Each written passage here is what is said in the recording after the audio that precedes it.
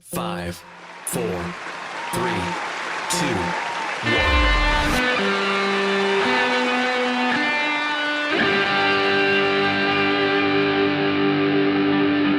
Be my Frankenstein.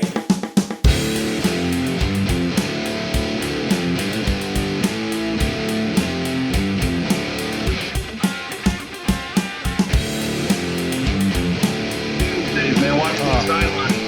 Yeah. let me show you a picture that I got. Let me see if I can bring that up. This is right outside my district window. I showed it to Rick earlier today. You're going to love it. Some pretty solid artwork going on here. Oh, nice. Nice. Dude, that's my office right there. Oh, my gosh. That is very good. Yeah. I like it.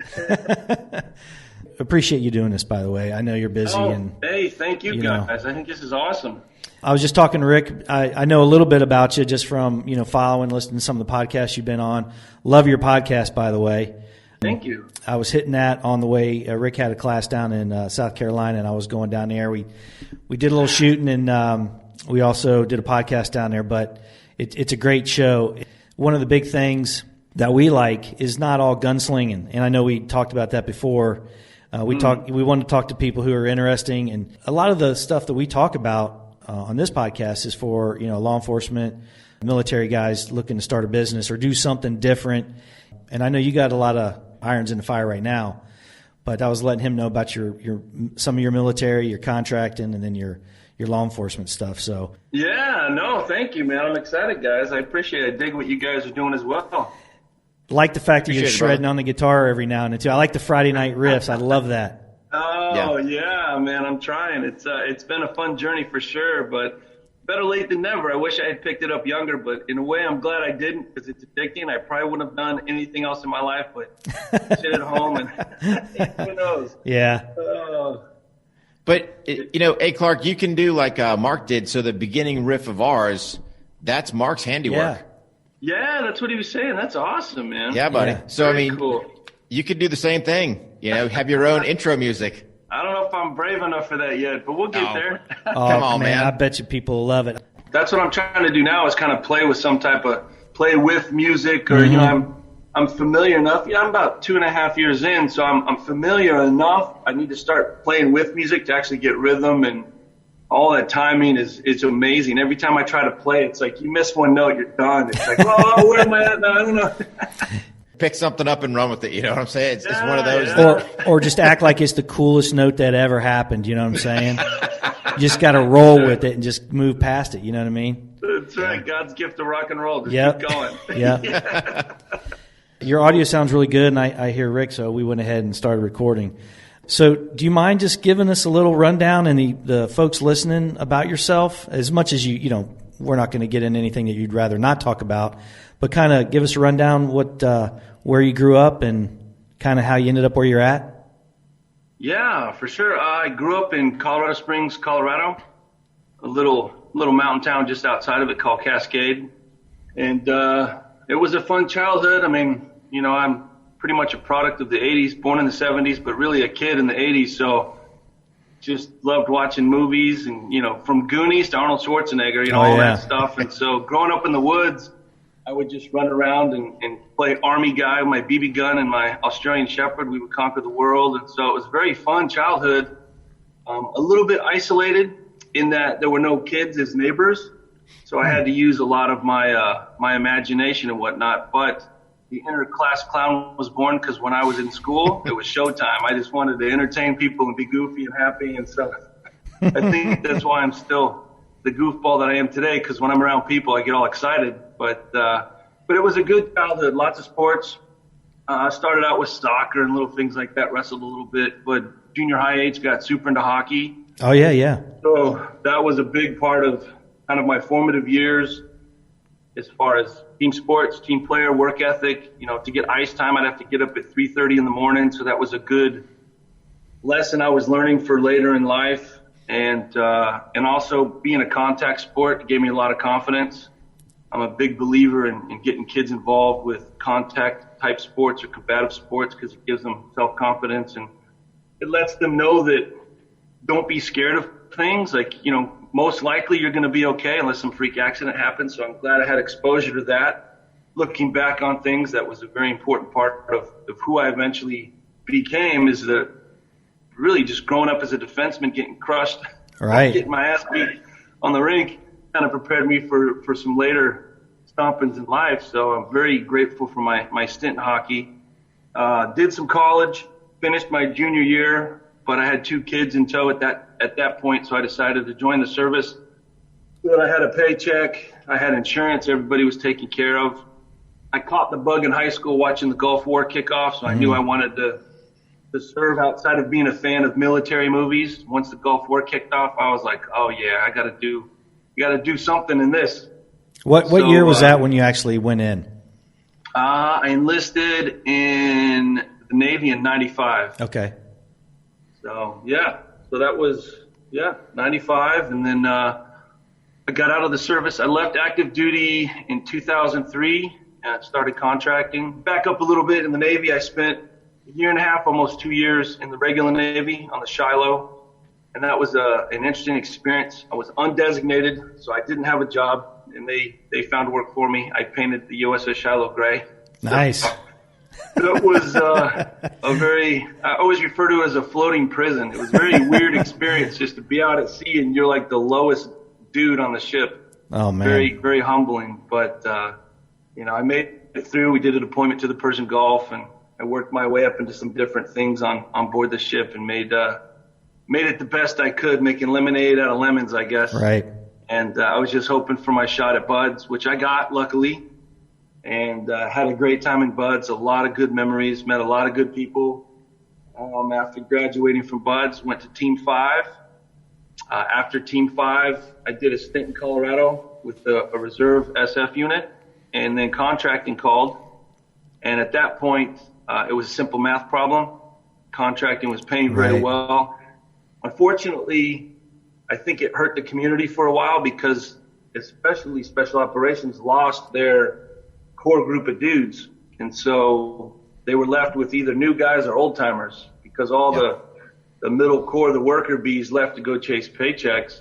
And understandably so. I mean, end of the day, you put more food on your table and take care of you and yours. So the military eventually corrected that with better re-enlistment bonuses and the ranks got paid a little better. So it's, looking back on it, I'm still kind of 50-50 with that decision. You know, I wish I could have stayed in the fight with my bros, but $2,000 and $15,000, that's just too far apart to not make those choices. And I'm glad I did. And I met a lot of great people in the contracting world. I've talked about this before in some other podcasts. When you're in a unit, you're kind of stuck in that culture.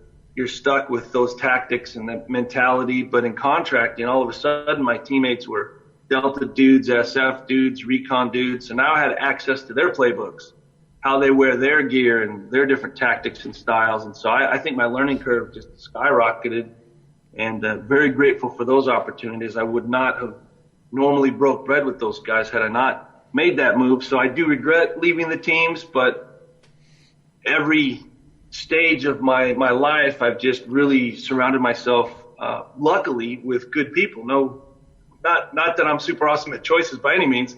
I just have that Forrest Gump luck. Wherever I end up, I just happen to have a good group of dudes kind of around me making things happen. So, overall, I deployed from 96 to 07, realizing in 07 that my kids were now teenagers. They went from toddlers to teenagers. I thought, okay, I got to get back stateside and figure something out. And at that time, contracting had started to welcome in law enforcement, mostly SWAT cops from big cities, but I started chatting with some of those cats. And again, I loved their tactics, their way of thinking, completely different mindset, completely different angle on things, way more academic than what we were doing. The way they understand things is way more academic, which I now understand being former law enforcement. There's a lot of things you have to assess very quickly that you don't necessarily have to do overseas. So curious as to what I was going to do when I came back stateside. I ended up falling into law enforcement with Phoenix PD. So that's kind of a long synopsis, but basically that was kind of my journey from college to the military to contracting into law enforcement. And when I left law enforcement, I I was doing some firearms training, different locations for a few years, and now I ended up as a safety dude for a construction company. Who would have thought? Never done anything safe in my life, but now I'm the safety dude. So what are you gonna do? Yeah. Hey, Clark, let me tell you one thing, bud. So you're kind of on the fence there, 50-50 reference to family. Here's what I'm going to tell you. You made the right choice because I did not. So for my 29 years in, I sacrificed the family. I didn't, well, yes, I watched my kids grow up from afar, if you want to say. Sure. So I remember we had to do some healing with my daughter on her 18th birthday because she was like, Dad, you've missed 9 of my birthdays. So when your 18-year-old daughter saying that, it's leaving some type of impression. So I would just tell you, for me to you, number one, thank you for your service, both, military, law enforcement. Absolutely. And then second. Thank you guys as well. Thank you. Thank you, bud. Yeah, buddy. But second, you made the right choice because that is a scar I have to deal with. Granted, we've healed some things with my family, but I did not put them first. And I've told them, both to their face, I've said in numerous different public forums, and I just think it's good that we can chat like this. And guys just have to make that choice. I opted not to. You opted to. I know you said you're on the fence, but I'm going to tell you, you made the right choice. So I appreciate that. No, I appreciate that because it's tough. I mean, yeah, absolutely. I agree with you, and I appreciate your kind words. It's family first, and obviously the older you get, the more you see that. When you're young and you're running and gunning, it's just pounded into you that, the unit and the mission and the boys and all this stuff's in your head. And it really is kind of a selfish path, even preparing for special operations, how much you have to invest in yourself with working out and the mindset and all the stuff that goes with it. It's almost like trying to get into the NFL. You have to be so self-absorbed that your family's really just kind of riding in the back seat, and either they hang on or they don't. So I'm glad that I derailed myself from that somewhat early on. Yeah. And so, yeah, I definitely understand what you're saying, man. Well, good for you, buddy. Yeah, thank you.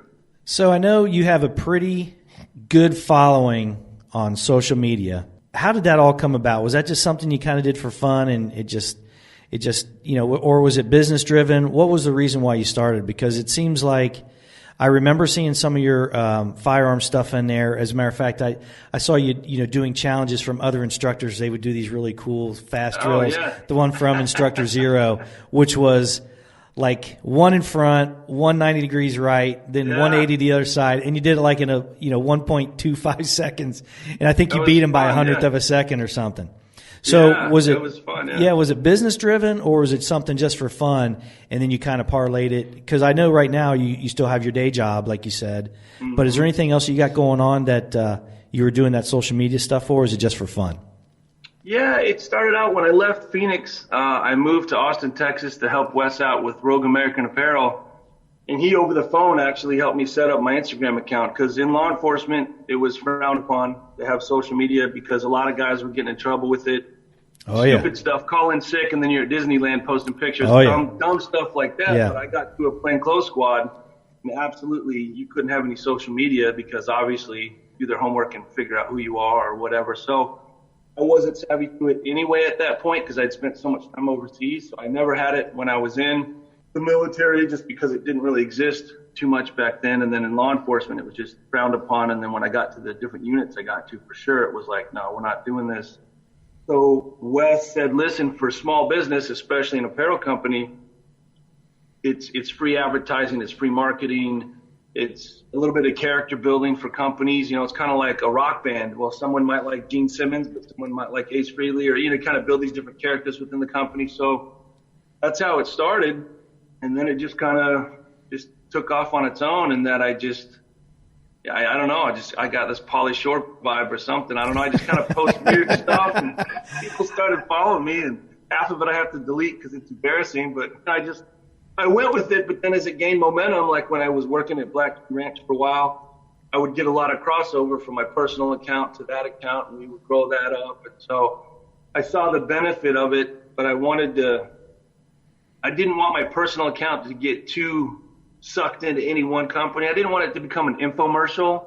You'll see a lot of these dudes every 5 seconds, they're sponsored by Gatorade or, it just, right. I kind of started to clean that up a bit and try to compartmentalize it a little bit more. So it's really been just kind of for fun since the Rogue American Apparel days. And the more I began to navigate it and play with it, it just, I really tried to add humor to everything I did, even the firearms stuff. We would do these different challenges and have fun, and kind of the anti-cool guy stuff. Yeah. I tried to take that approach to it. So it took a life of its own. So now I'm just running around the construction site freaking out my general manager. He calls me TikTok. You filming more videos, TikTok? And I'm like, oh, sorry, I put my phone away. Yeah. So, Clark, how long have you had your social media for? 2016. 2016, yeah. So about 4 years, Mm-hmm. and I mean, to sit there at, what are you, like 84,000 or something like that? I mean, that's something like that. Yeah, that's smoking. That's smoking, buddy. Yeah, and I don't play with. I've had buddies that try to figure out algorithms or certain times of day. If I just post something, you know what I mean. There's no rhyme or reason to it. I know I'm not a big hashtagger. Yeah. I figure if you just throw out something that's funny or interesting or whatever it is, people will, like, if you build it, they will come. So that's kind of what's happening. Well, the hashtags don't seem to work anymore anyway. Trying to figure out that whole algorithm thing. They did something in there because there for a while I could see some posts would get phenomenal reach, and it was all based off of hashtags. Now kind of those similar type posts don't get squat. So like you said, the hashtags, I still stick them on there in hopes that maybe I'll catch the algorithm shift one day. But it's the problem is it's also they can control it.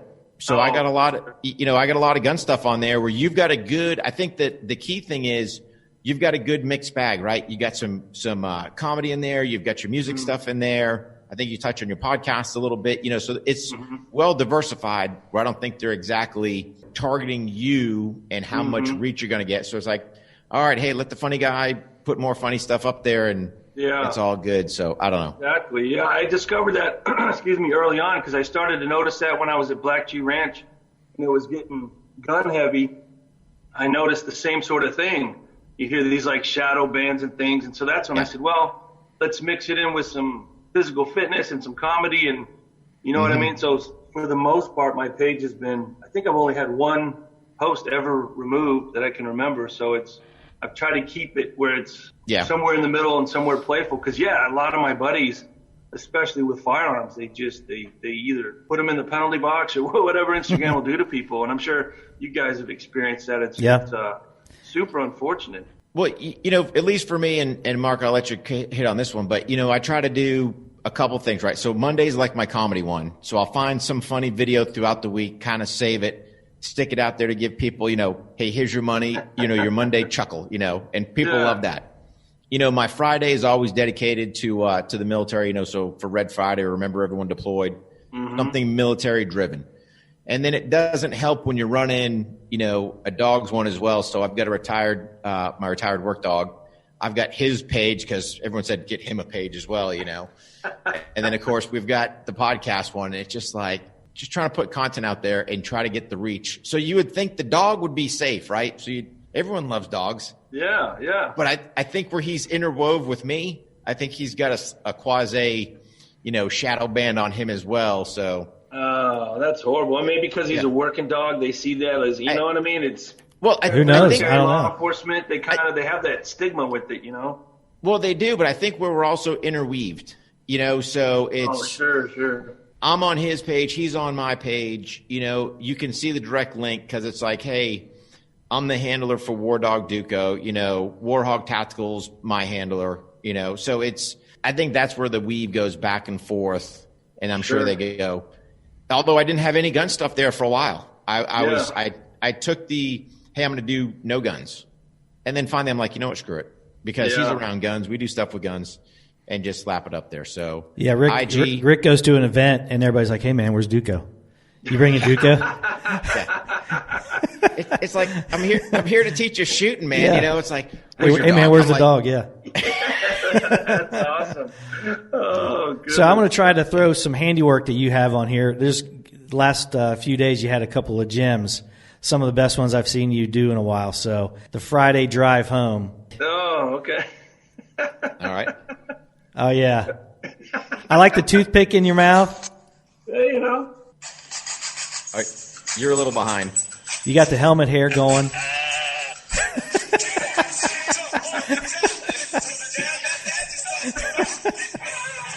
Oh man! And then you got the Run DMC busting in there. I love it.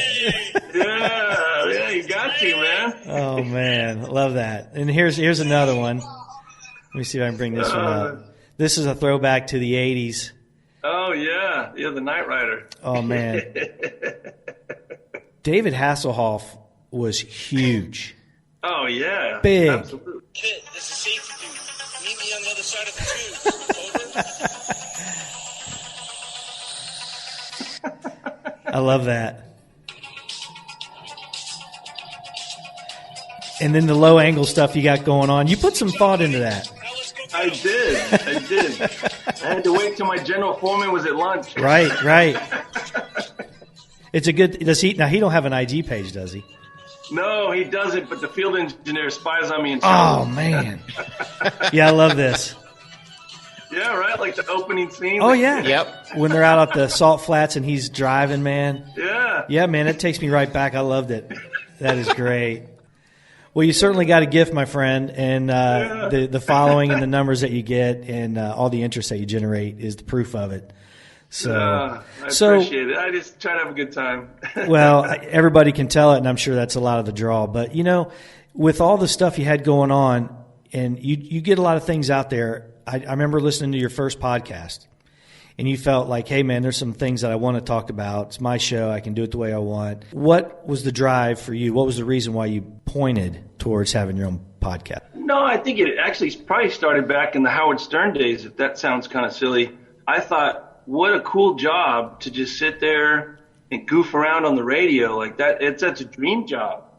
Just Right. to throw, pieces of bologna at strippers' butts and do whatever he wants. You know what I mean? I just thought, wow. I used to listen to him every day on the way to work when I was in the Navy, and I just thought, this is amazing. What a cool job. But obviously it's super difficult to be a real famous shock jock or whatever. But then this podcasting thing started kicking up. And a lot of my buddies were doing it. Mike Ritland has a Mic Drop. And Right. a couple other podcasts I've been on, but they're pretty tech savvy. They got cameras and an assistant dude and all this. And I thought, listening to Joe Rogan, he's got super interesting guests. But then I heard Bill Burr on his podcast, and he mentioned that he had his own podcast. So I tuned into his, and that's what inspired me for my format. All Bill Burr does is talk shit for 30 minutes, and he's out of your hair. Right. He does it, I think, twice a week. But I thought, that's brilliant. No editing, nothing. I just got to call up a buddy and ask what equipment I need, what software I need. I'm sure I could do just the Bill Burr format. Hop on there once a week, maybe talk about current events, answer some emails. And so I thought, okay, that's a format I can wrap my brain around. So that's what kind of inspired me to do it. And the virus kicked off, and I thought, maybe now's not the time. People are going to be freaked out and struggling. And I thought, well, fuck it, I'm ready. I invested the money and the gear and everything's ready to go. I'm just going to launch it out there. And it actually ended up being great timing. I've had a lot of people message me and say, you know what, your podcast is just fun to listen to. It's short and sweet, and you're always talking about, silly shit you did or whatever. A lot of positive feedback from it. So I think that it was actually good timing that everyone's kind of freaked out, because it's a little bit of a breath of fresh air. And it's not, a lot of my friends kind of have a similar format, as far as their podcasts go and the guests they have on. And I thought, I'm just going to keep it simple like Bill Burr. I'm just going to kind of speak my mind and goof around and just leave it at that. So that's kind of where it started and where it ends up. I'm still very new to the game, but it's fun. I tell you what, it's kind of intimidating to be in the dude room by yourself, and there's this microphone, and you hit the record button, and I'm like, Right. yeah, what do you say? I really would like you guys. I need someone that I can bounce off of, or I get energy from people. But when I'm by myself, I get this nervous, excited energy that just. I had one guy message me, goes, "Dude, what were you on the 4th of July podcast? What were you on?" I'm like, nothing. Did I sound like I was on something? The 4th of July, I'm fucking happy, and I just get this energy from it. It's kind of become this silly thing that I do, but I really enjoy it. I look forward to it all week. I'm thinking of topics. I'm thinking of, and I take little notes. I type them right into my phone. It's because as soon as you think them, you're going to forget them. Right. I'm sure it's same for you guys. Oh, absolutely. If you think of something, it just disappeared. So, oops. Sorry, that's an alarm. Yeah, all good. My wife's got me meal prepped, so. Hey,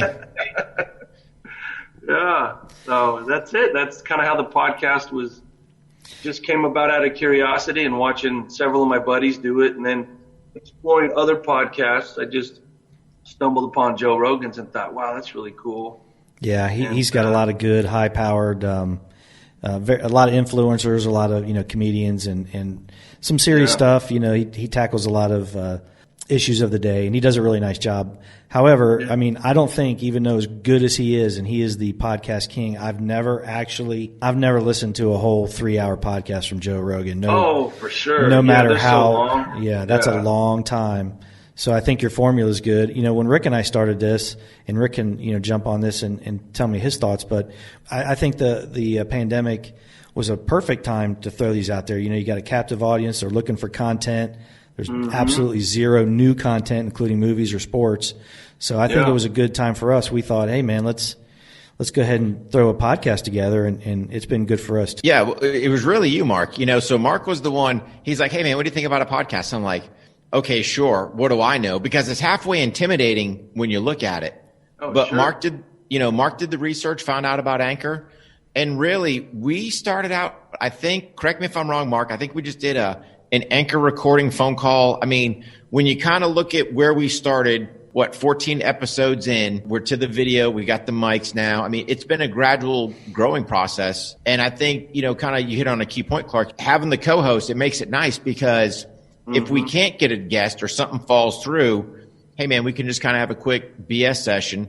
Plus two, I mean, we've known each other, 30 plus years. Yep. What a better way for two buddies just to kind of, we're geographically separated, where we live.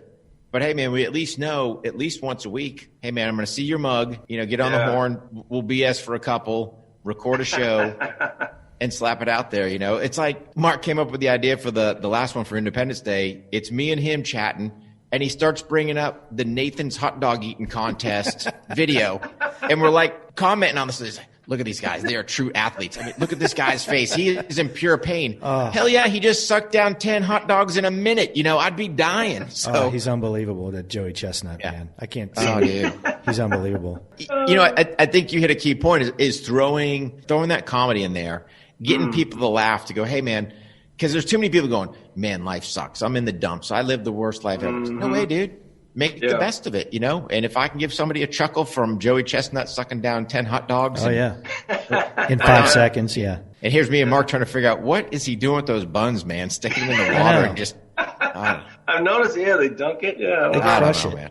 So I know, Clark, on a lot of your and we have a lot of the same kind of ideas about having seen places that are nowhere near the comfort and awesomeness that America is. And I know you say, hey, it's Friday in America. And I remember you playing the James Brown Living in America that one time in your truck.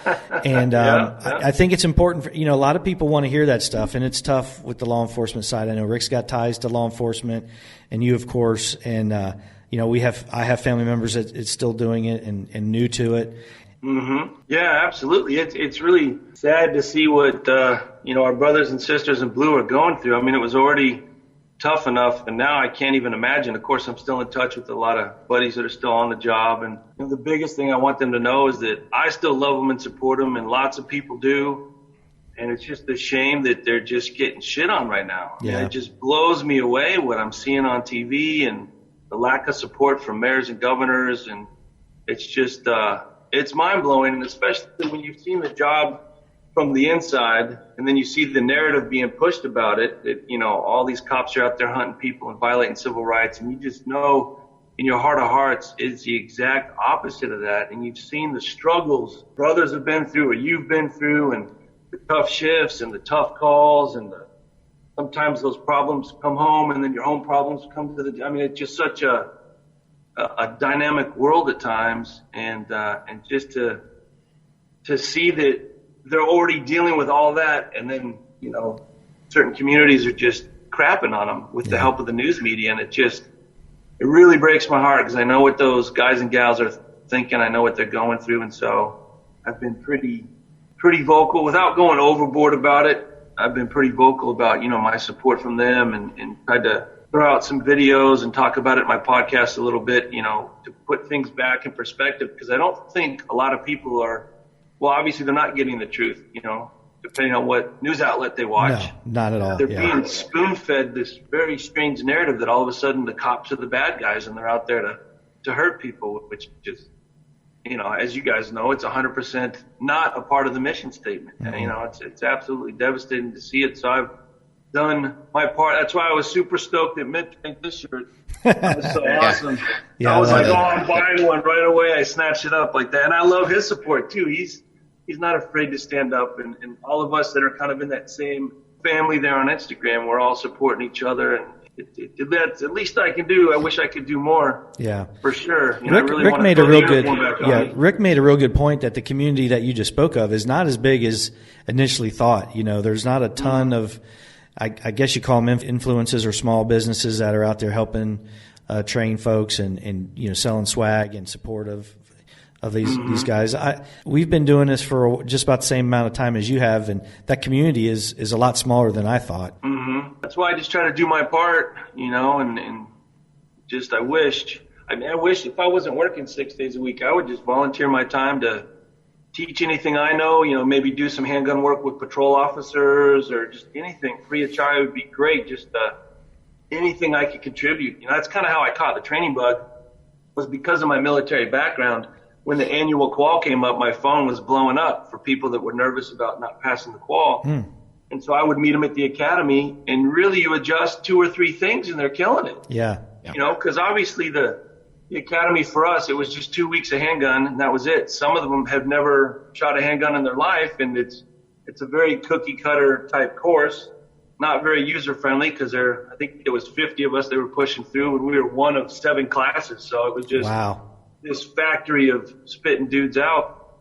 So I felt bad for them because obviously I had a very handcrafted experience as far as my firearms training and years and hundreds of thousands of rounds, as opposed to just here's a Glock, here's 2 weeks and some ammo.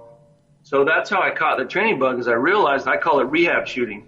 I love to just watch somebody shoot and just tweak a couple things, and next thing you know, they're doing amazing, and watch those light bulb moments and their confidence skyrocket. So that's when I thought, when I decided to leave the department, I said, I really want to get into the training side of things. A little bit nervous training with civilians at first, but that ended up being great.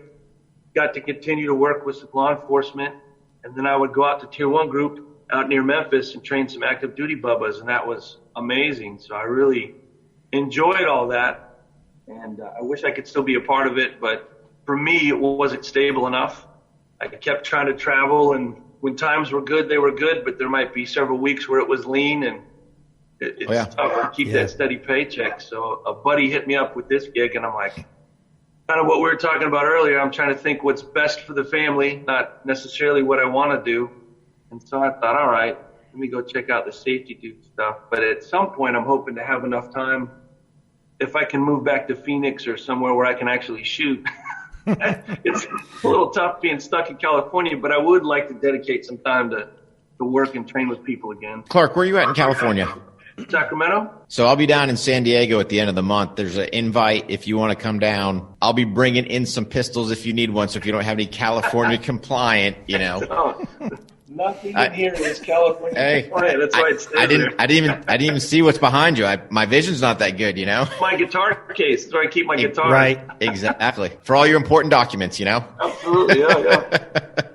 Yeah, it's a shame. I wish I could be more involved. I mean, I don't have time because I'm working 6. Yeah. My ultimate goal is to relocate back to Phoenix anyway. So for now, I'm just doing other stuff. But I really do want to just volunteer my time and help out any way I can, and just trying to help people that are still working the streets. And it really breaks my heart what cops are going through right now, and just backlash that they're getting. I do believe it's still a small portion of the society that's shitting on them. It's just they're the loudest and they hog the most news time. I do believe that most Americans, do support law enforcement, but man, you wouldn't know it watching the news. No.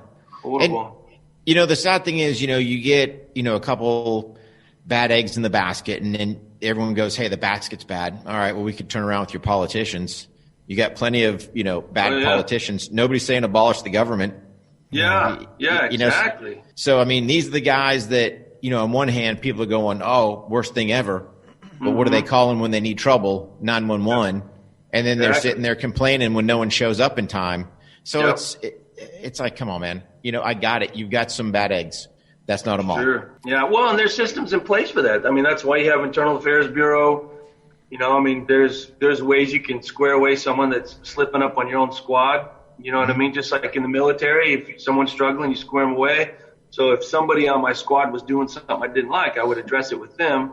And it never went above that, but I was always prepared that if it bothered me that much, which it never really did, I was lucky to be with good guys, professionals, had good senior guys that groomed me, good sled dogs, worker bees that I worked with. So I was blessed.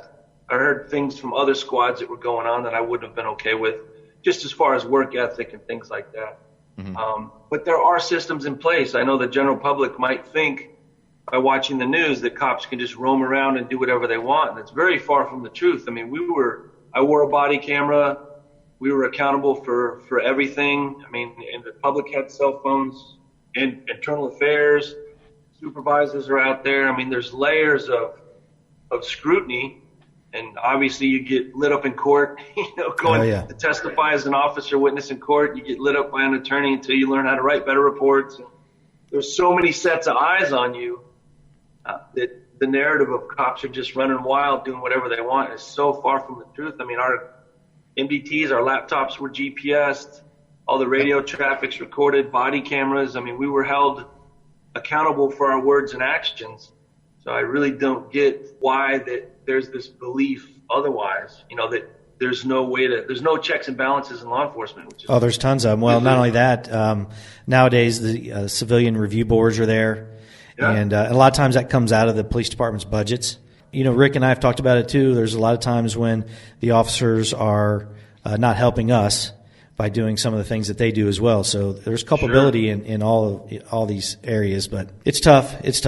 But it's good to see that, Rick, he's been doing a lot of the stuff that you do, and we try to get law enforcement, training. And like you said, it doesn't take a whole lot, just that good, solid quality training. Rick just had something last week.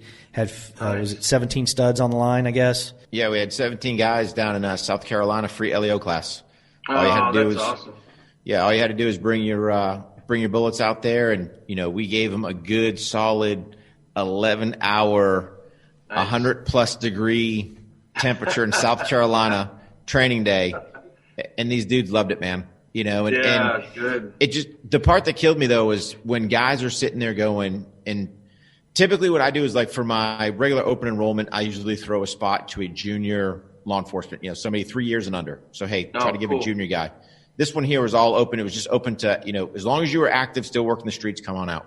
Nice. But when I got guys that have, 13, 16 years out on the street, and we're doing a simple drill of engaging a target that just has a T-shirt hanging over so you can't see the paper. Mm-hmm. Like, I've never done this before in all my years of training. I'm like, guys, it costs you nothing. Bring an old T-shirt, because that's reality. Yeah, exactly. Yeah. And they're just mind blown. And really the part that, if guys can take things back to their departments, because these guys are taking the shirts, because normally they just wind up in the trash, at least for my civilian students, or I might have one or two, take and go, oh, check out my cool Halloween costume. Yeah. But now he's like, I'm bringing this back to the training sergeant and showing him. That's awesome. So that we can get it implemented. I'm like, there you go, guys. That's how we do it. Yeah, that's a huge visual. That's good for the visual, especially for guys that haven't been in a lot of gunfights or the first gunfight. There's a lot of visual cues. One of the things we did early on at Team 5 that I thought was awesome, and I've done it in my courses too, is our CQB houses back then were real primitive. They were plywood, but they had some rafters over the tops of them. And what they would do is they would have cardboard targets, and from parachute cord, there would be a balloon, hole punch through the target, and then a cami blouse button around it. And so you were shooting like uniforms, but what I like is when you did the center mass hit and pop the balloon, the target would fall. So you're getting the sensation of, the silhouette or the target dropping, as opposed to just engaging and the target still there, which obviously in a gunfight, people don't just stand around when they're shot. Yeah. So as a young team guy, I thought, wow, that's brilliant to program the mind for that, because in a typical CQB scenario, you go in the room, you dig your corner, and you're just drilling targets, but you're not, they always taught us pop till they drop. You're not going to move on to the additional threat till that threat's completely neutralized. And so at least you get that visual of they're down. Now I can drive to the next target, as opposed to most CQB is just target, target, target. Well, how do you know that target's no longer a threat? So I like that visual of that. So kind of what you do with the T-shirts, things Yeah. like that are very valuable as opposed to how most people train, just hitting paper. Then they're thrown out to a three-dimensional battlefield where that target doesn't exist. So I'm glad that things like that they're taking back. That's awesome. Yeah, so we'd do one thing a little. Remember the plastic Ivans we used to qualify on? Oh yeah. So Yeah, we would yeah. take those because they were 3D. And the beauty with those is now you could almost double stack your balloons because we did the same thing. We would do a balloon center, for most of the targets, but then some, it would be a double balloon system where now you've got a balloon in the center, now one in the head. So the Oh, classic, nice. Cool. hey, I'm engaging and getting no results. He's not. bet- Yeah, nice. You better figure out where to stick them at, Yeah, that's awesome. Yeah, that's good. That type of feedback is so valuable. You try to simulate as close as you can to the real thing, and that's just not a lot of people take it to that level. So that's awesome. So what's coming up next for the podcast? And I know you got some swag out there now. Is that all up and running and you're all stocked up and ready to go? Almost. Yeah, we got our inventory. So I got my wizard behind the curtain lives in Austin. When I was living there, I met him and we did a couple projects together. We actually stood up that tactical ranch called Mission Critical out there south of Dallas. And he's my IT guy. So he's the one getting the website up and the store up. And I'm trying to figure out a way I can take in a call and I want to interview him, be kind of the first over the phone interview I do. So that's what I'm trying to set up for the next one.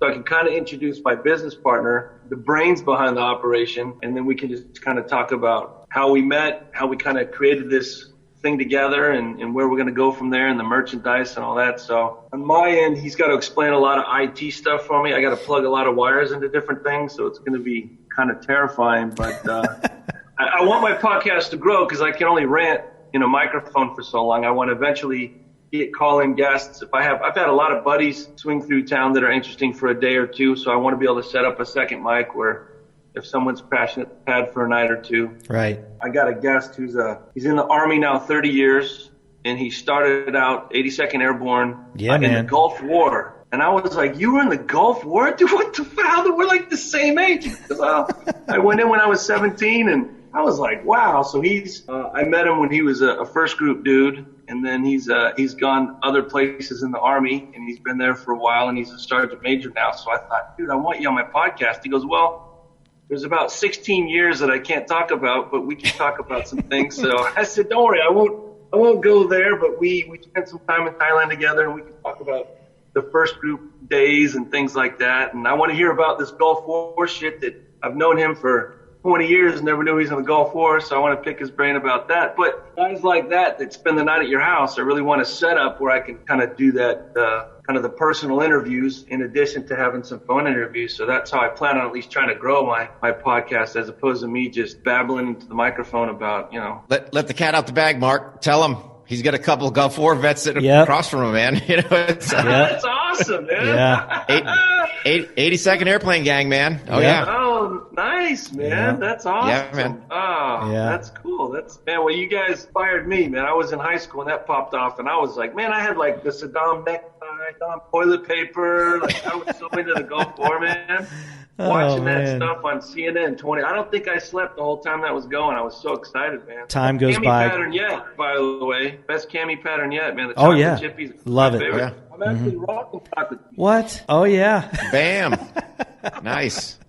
Oh yeah. I think so too. So I know you're getting all this swag going out and you're pushing out your hats and your t-shirts and stuff. We talk a lot about business for these guys who are, coming out of law enforcement and military alike. And we've tried to pass on some of the things that helped us through because we've made several mistakes and had to deal with it. What's the biggest roadblock or biggest obstacle? I've been pretty careful navigating through the waters of different ventures I've been on. I rely on people that are more successful than me in those areas, especially starting out. So like the podcasting thing, I network to people, or even when I was getting into the firearms training thing, not afraid to ask for help or, to get information. I think a lot of guys, especially from the communities we're a part of, they're kind of like the guy that's lost and refuses to ask for directions. You can't be that guy in the business world. Ask for help, ask for directions, learn from other people's mistakes. Working at Rogue American Apparel, talking to Wes and the mistakes he made early on and get sharked by other business partners or other businesses. Don't drop your shield just because someone's a vet or a cop. They're either a good person or they're not, but a lot of people, we use that to kind of get close to you and things. And so for me, it was always learning from other people's successes and mistakes, but also being that guy that will raise his hand and have questions for those people, not trying to just figure it out on my own. I think that's where people kind of, they hit the wall very quickly as opposed to reaching out.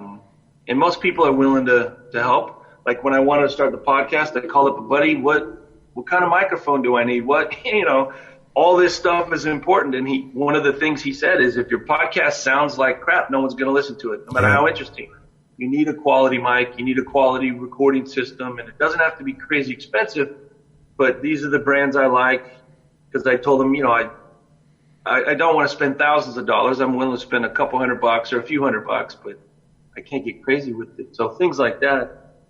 I've been very lucky to keep in contact with a lot of my buddies throughout my little different careers I've had. So anything I need to reach out to, I can kind of ping people. And so my advice to people that are leaving law enforcement or leaving the military that want to do other things, one, believe in yourself that you can do it, because whoever you became in those communities, you can do the same thing in the civilian world. For some reason, the civilian world intimidates a lot of people who are veterans of law enforcement in the military. But one, it's the world we came from, so don't act like it's a foreign country. We spent the first 20 years of our life as civilians, and we act like, God, the civilian world's so weird, like we're on the moon. Right. It's not weird. Where we came from, and you can be just as successful. That same passion and drive that got you to be whatever you became in the military or as a cop, that same fuel will drive you in the civilian world. So a lot of my military buddies, I had to kind of call them out on that. Like, what are you so worried about? The civilian world it's our world. We're actually just visiting these other worlds. The moon is the law enforcement community in the military. That's the foreign place you go for 4 to 20 years or 30 years, and then you come back to planet Earth, which is the civilian world. So embrace it. It's our home. So don't be scared of it. You're a Billy Badass. What are you intimidated about? This is easy in a way. Obviously there's specific challenges in the civilian world, but for the most part, nothing's blowing up. No one's shooting at you. We got this. Nothing's on fire. Yeah. But, Clark, I think here's the deal. The military, I believe, sets guys up for failure as far as being an entrepreneur. Because if you look at all these programs to get out, it's how to write a resume, how to do a job interview. And I went to the military's boots to business class, and I'm here to tell you, it stunk. I don't, don't tell me to go to SBA and apply for a loan. Did we talk about social media? Nope. Because I walked out of the military thinking, man, I'm at like 85% solution. Okay. So I retire in June 2017. I think it was January 2018, go to SHOT Show, getting up with all my industry partners, and they're going, hey, what's your social media? Like what? Yeah, exactly. I'm building it. I don't know that, I've seen that on websites. Sounds good. It's under construction. So they don't set you up for the entrepreneurial side like they need to be. And that to me is the shame. And you bring up the good point is, hey, that Rolodex of guys that reach out. Absolutely. To go, hey, buddy, you're running your own business. Where do I start? Yeah. And I know that's something me and Mark have tried to do is just, hey, man, I tell everybody regardless, because here's like a key note. So for all my mill guys, if you're still in, you cannot get certified through the VA to be a service-disabled veteran-owned small business until you've been in business for 3 years. So if Uncle Sugar doesn't tell you that fact, you step out the gate, you're in essence, if you're looking for that accreditation, 3 years behind. So it's little things like that just people need to go, I can run a business while I'm in. Of course you can apply for you can get your business set up and running and just get that time clock running and start, like you said, part of it was when we're in, social was frowned upon. Didn't have it. Didn't want it. Yeah. Now I still don't want it, but it's one of those where I go from social media to it's social marketing. That's what it is. Yeah, that's what it really 100%. is. So, it is. Yeah, absolutely. No, that's a good point too about the military. It's funny how the military spends all this time and money training you up for something, but on your way out, it's just kind of like, all right, there you go. They put something together, but if you compare it to the ramp up, it's nothing. It's like a 98% ramp up to a 2%. Okay, cool. See you later. And especially when it comes to something creative like being a business owner, they just kind of prepare you for, okay, go get a job at a cubicle or a factory, Yep. or they're not, like you said, training you to be creative and like, hey, you're going to have to use social media or computers and, whatever modern businesses are now using, Well, trademark, logos, if you have an idea, patents, all these different things that potentially your business could have. Manufacturing, do I want to do it in the US? Do I want to go overseas? Where do I go overseas? How do I get a loan? Sure. Am I brick and mortar? Am I doing e-commerce? What e-commerce platforms are friendly to gun owners? Or Sure, gun yeah, firearm exactly. industry, all this stuff. But it's like, here's how to write a resume. I don't know that. Yeah, they're way behind on that. But hopefully, if they're in good standing with their community and their brothers, like we've said, if they reach out, but hopefully people listening or reach out to your brothers that are getting out and put some of these ideas in their heads. And hey, have you ever thought of this? That's kind of what happened to me with Rogue American Apparel. My buddy Wes hits me up and says, hey, I got this thing going on. You want to be a part of it? And I was interested right away because I can learn about business. Mm-hmm. And I've never really done anything like that. I've always just worn a uniform and done what I got to do or whatever. And so that's why I jumped on the opportunity. And I'm glad I did because you see the framework of it. And I really learned the ins and outs of social media and how important it is, because it is. It's free advertising, free marketing. It's a way to create a brand and spread it out there. Before that, way different ball game. So it's super important tool. So here's one for you, Clark. Did you see the parallels between, if you want to say, the military and the business side? Yeah, absolutely. I mean, just the basic structures of both are similar, and as far as how a company is structured, how your chain of command is structured. The biggest thing that I saw, especially coming from the community I did, was to be creative and be a problem solver, figuring out how to make things happen as opposed to just hitting a dead end. I mean, even like in the military, trying to acquire certain things, you had to become very creative. It's the same thing in business. Like, hey, we need to get this done, but this is no longer an option. So those creative gears are spinning, and military guys are very good at acquiring things or trading with the barter system or smoozing people. Hey, if you do this, I'll scratch your back. Communication aspect of it. With the military, especially in special operations, you have to communicate very effectively, very clearly. And so in business is the same way. If you're whatever the purpose of this meeting or this phone call is, you have to be able to articulate yourself. So I think a lot of that, the communication, the structure, the confidence in yourself as well. I remember the first time giving a pilot's brief to a couple Marine officers when we were on deployment, and I'm an E5. I was like, fuck, I don't know what to tell these dudes, but they told me right away, just wear a flight suit with a trident, no rank. And then call them by their rank. Don't call them sir. So you walk into this briefing room and you're like, hey, how you doing, Captain? I'm Clark from Foxtrot Platoon. And they were like, where's this dude? What a good piece of advice. It works in the business world too. You just got to walk in the room sometimes and own it. Who's this guy? Yeah. Yeah. Obviously you need to be prepared as best you can. But the one thing that helped me was just being confident in your abilities and what you know and that sort of thing. So I think the military has definitely, at least in my experience, prepared me for that because I was pushed out into these different roles. One of the things our chief made us do is on deployment every day, someone from the platoon had to teach a class on something. Mm-hmm. That was terrifying at first. I never like, what am I going to, especially as like a new guy, like, oh shit, what am I going to do? So the military will push you out of your comfort zones. Yeah. So our platoon sergeant had us do that. We had a lot of downtime, during Desert Storm, and we had to put together blocks of instructions. There was one every couple of days, and it didn't care what it was, but he'd for us. Yeah, it's a great idea. It is, especially when you're new to that environment. It's very intimidating. You're still trying to absorb knowledge yourself, but obviously you become better when you teach other people things. It's because you have to look at things differently and communicate it clearly. It's one thing to take information on board and be able to perform with it, but to be able to articulate it to people. That's what I was worried about when I was getting into firearms instruction, is I've had such a hodgepodge experience of different, especially contracting, training with these different unit guys and whatever. I'm like, man, can I put all that? It makes sense in my head, but it's kind of like a Rubik's Cube. Am I going to be able to make it simple and effective to people?